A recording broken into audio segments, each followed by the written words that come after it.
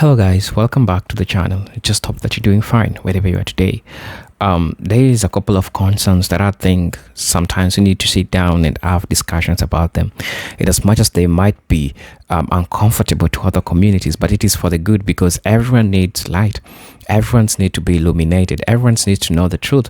And now some parts of the truth are always distorted, because the person who had the pen and the paper wrote something different from what was the reality. What do I mean? There's this woman, she is Asian American, and she shares how our community is so whitewashed. And she goes ahead and shares the experience life lived with her mom, who was so whitewashed, who was so Europeanized, right? And everything that really happened in her life was really being shaped by black people. Our mother was like, don't do this, black people do this, don't do this, black people do this, black people are not good people, they don't have a culture that you can follow, and so many forth. And this is a reflection of how sometimes the people that we grow with, especially non-black people and some black people who, for example, black people in Africa, right? Some of us, our parents, based on the stereotypes that they've heard or they've heard from white people, because they are learning a whitewashed story, a story that is not being narrated by blacks themselves. They didn't even give it black people to share their own stories, to share their own personal anecdotes. And so I feel like this video is so important because it shows the gaps or the mismatch that other communities usually don't have or don't understand about black people, especially the Asian community, because there is predominantly anti-blackness in the Asian community. I want us to watch this video. It is an eye-opening video. You're going to be learning a lot from this woman, and I hope you'll get to learn. Until then, I want us to watch the video. I'll be back and we'll have 1, 2, 3 things discussions, because I have a couple of things to talk about in regards to this, and I hope that it will be equally important in regards to the commentary that I'll be giving. Until then, let's watch the video and then come back, talk about it. This and tell us what they be telling y'all at home that make y'all not like us so bad.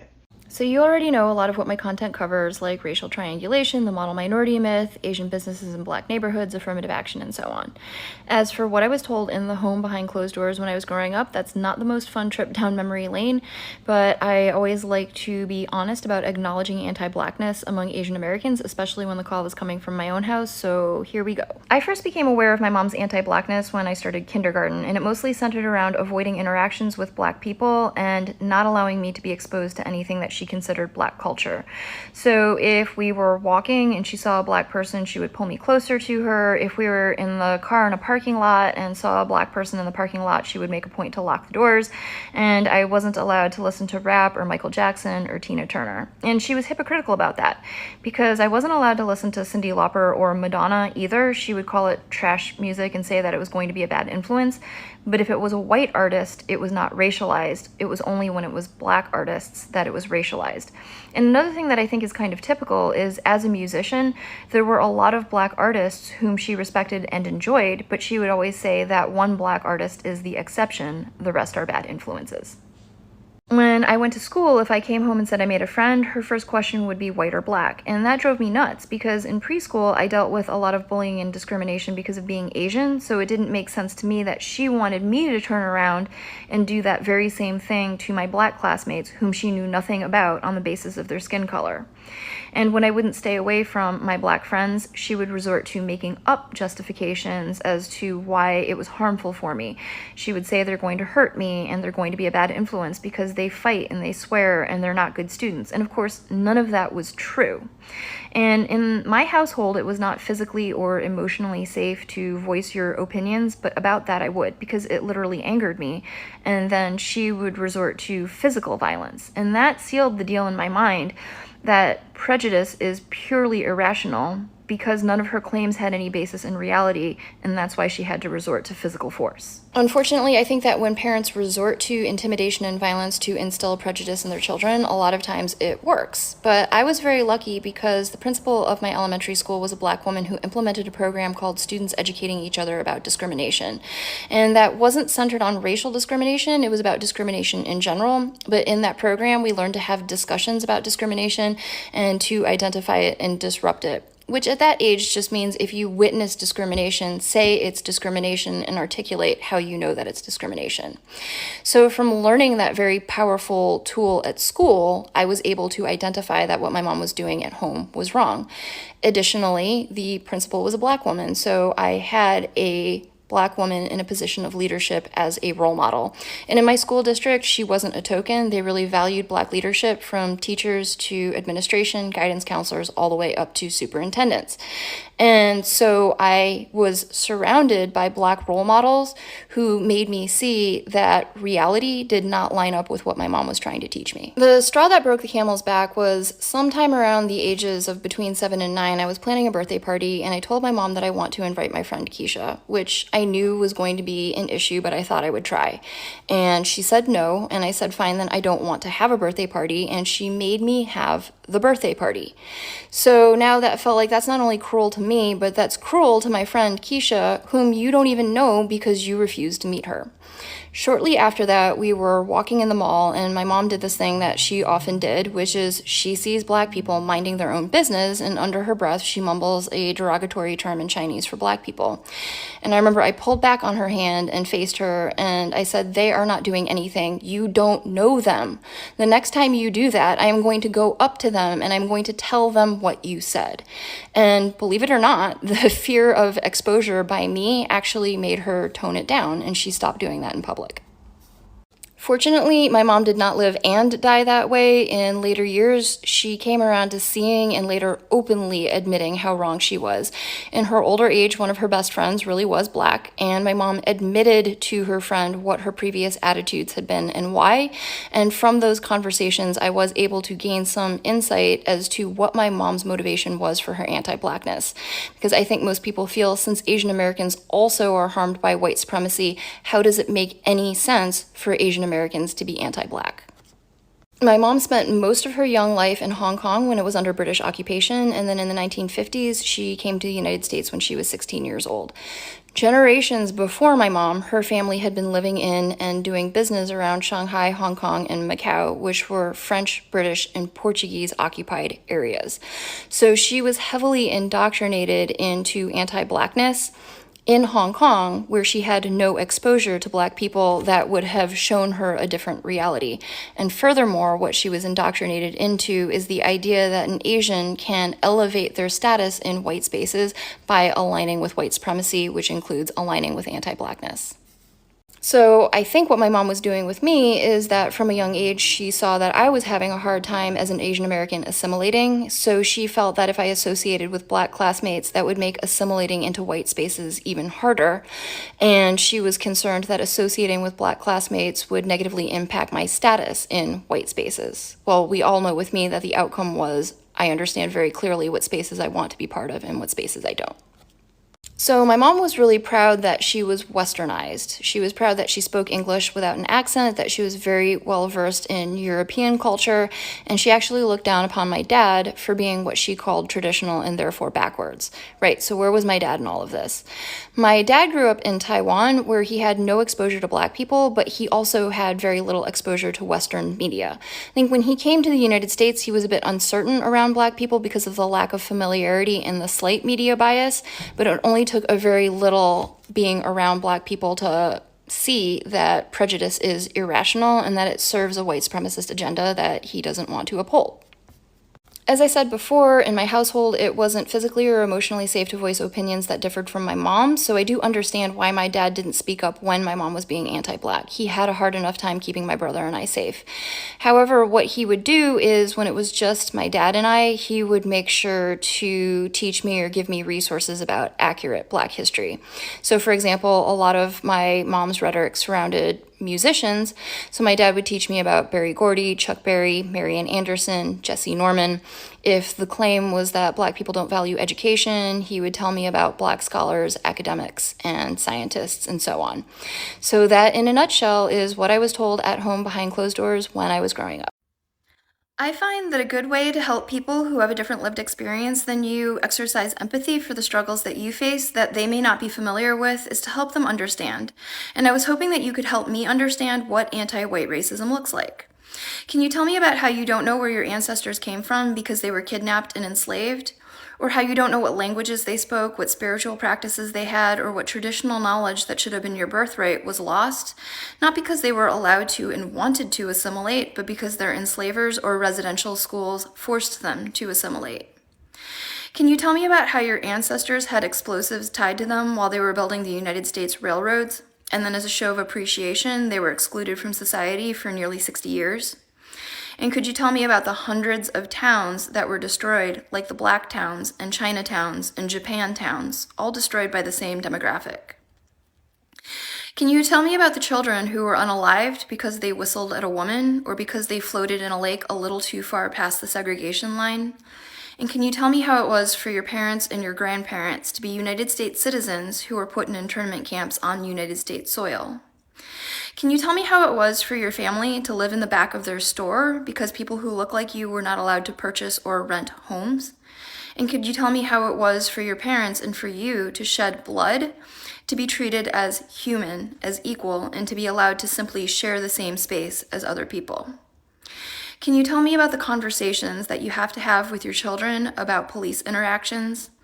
And could you tell me about how your mother and your sisters and your daughters are concerned about having children because of lack of equitable access to healthcare, because doctors were told that people who look like you can't feel pain? Can you tell me how it feels to know that your ancestors lived here for thousands of years, but when you try to come here, you and your children are put in cages? And can you tell me how it felt when a few years ago, the president entertained having people who look like you expelled from the country again? Can you tell me what anti-white racism looks like beyond having your feelings hurt, feeling uncomfortable, and having your sense of superiority challenged? And when you're done telling me what anti-white racism feels like for you, could you please tell me why you're not fighting to end racism for everybody? It took me a while to recognize the pattern in U.S. history of the United States recruiting immigrants to come and do work that they didn't want to pay Black people to do. So immigrants arrive and they're taking these jobs and they see Black people out of work and are told it's because they're lazy and they don't want to work, as opposed to being told the truth, which is the reason why you're here is because we don't want to give opportunities to Black people, or that Black people are not working because they're advocating for better working conditions, because it'll take newly arrived immigrants, particularly those who arrive as refugees and don't want to risk having to return to their countries of origin, a while to realize that their working conditions are poor and they're going to be mistreated as well. And that this history does go all the way back to just post-emancipation. Plantation owners recruited Chinese laborers to come and do the work that slaves used to do because they didn't want to have to pay former slaves for the work that they felt entitled to receive for free. And an interesting byproduct of that history is that Chinese laborers came and quickly found out that they don't like working in the field. And as poorly treated as they were by white people, they were afforded rights like the ability to open businesses and buy properties. So the former Chinese laborers opened up grocery stores catering to Black people. So that's where that history of Asian American owned businesses operating in Black communities came from. But my understanding is back then it was more symbiotic because these Chinese owned grocery stores charged significantly less than white plantation commissaries did. But it's interesting to me that people resist this idea that opportunities are kept from Black people because we have in place a white wealth and power structure that doesn't want to pay for what it felt entitled to receive for free, when that's literally the history of it. Hello, fam. How are you doing? I hope you've heard part of the story. It's important for us to hear from her because, you see, the stories that she gives, they are personal lived stories. She's sharing her personal anecdotes. And it is important because it is a reflection of how the Asian community or other community, many other communities and Black communities think about Black people. Right? And you understand that the white person has played a major role in ensuring that the story that you are having is not the truth. It is a whitewashed. Everything was whitewashed, and everyone, parents that we lived with, they gave their own part of the story, which is not the truth, right? And it's a reflection of how the Asian community is whitewashed, because I've been hearing cases of people trying to complain, people complaining about how anti-Black the Asian community is. When I talk about the Asian community, I'm talking about Latinos, I'm talking about Chinese, I'm talking about Japanese, I'm talking about all these groups of people. Because I've heard stories, people coming out and complaining about this, that these people are so anti-black, and black people who have gone and visited them have come with these stories, right? Only few black people have positive reviews in regards to these places, but mostly you'll heard black people complaining about the anti-blackness in these places. And even Asians, and even the black Asians themselves will always complain, or will always have this problem, because it is not easier for them to cope up with just seeing a person with a black face, or just seeing a person with a brown face, right? Because that's not what they're used to. And in as much as they're doing this from history to history, they are the ones who have benefited from black people. One, they're setting up shops in black areas, in black places, because where there is a black community, you'll find Asians there, you'll find Latinos there. They're always within these black spaces. And what do? Black people will harbor them. Black people are their host. Black people will harbor them in their areas. They'll set up shops because they know black people will come and buy in their shops, right? And black people have also protested. Talking about Black Lives Matter, when black people say the Black Lives Matter, it doesn't mean that it is only for blacks. It is all for the marginalized groups. These include Asians, Latinos, Chinese, Japanese, Americans who are inside the United States. And these people are always within the black communities. They are always within the black areas, which means that firsthand, they're the people who are benefiting from these places. And when these policies have been placed, black people have been put at the periphery. Yet Asians, Asian Americans, Japanese Americans, Asian Americans are always put first, at the expense of people who went out in the streets, people who tear gas were being lobbied to them. So you understand that it is never the same for black people. And look at how the community is so whitewashed. In as much as black people are doing this to them, they're still always complaining about black people, how black people are lazy, how black people cannot do work. And you understand that these people are the ones who have harbored. These people are the one who have put this environment to be convenient for you, so that you can conduct the business that you're conducting, so that you could bring your brother or your sister who is in the United States, right? It is the work, it is the fight, it is the blood, it is the lynching of a black person that has made it possible for you as an Asian, for you, any other immigrant who is coming to the United States. So this is a point that people need to understand. And it pains me as a black person who understands these issues. It pains me that people are still not seeing that. It pains me with all those struggles that black people have gone through. Still, they are facing prejudice. And the prejudice is so big. And I'm talking, the prejudice has also gone even to some people who look like me back in the motherland. Because I have heard stories of people telling their kids, if you go to the United States, don't associate yourselves with those black people. They are criminals. Oh, those black people, they don't like to work. They'll make you lazy like them. You need to go and stay with white people in white areas. I've seen a couple of these. And this is the same story, or the personal anecdote that the lady shares about how her mother was telling her not to listen to black music, not to listen to certain type of black people, not to consume black media, right? Because of the one-sided representation of how this woman wanted a child to live. And I'm glad that the lady broke the shackles of racism, broke the shackles of fascism, broke the shackles of being enslaved, because to some extent I feel like her mom was trying to enslave her. Her mom was trying to enslave her by not showing her the truth, by not telling her, this is how this is supposed to be, and like what you're doing is not the right thing. And I feel like most of the people, even today, Indians, they're going through this. And look at even the Latino community. Mothers go to an extent of enslaving their kids by telling them, enslavement sometimes is not like a person who wants to work. You want a person to work for you. Sometimes enslaving a person is denying them the information, putting stereotypes in their head. Like, look at the Latino community. For example, we've heard cases of women not wanting their kids to marry black people.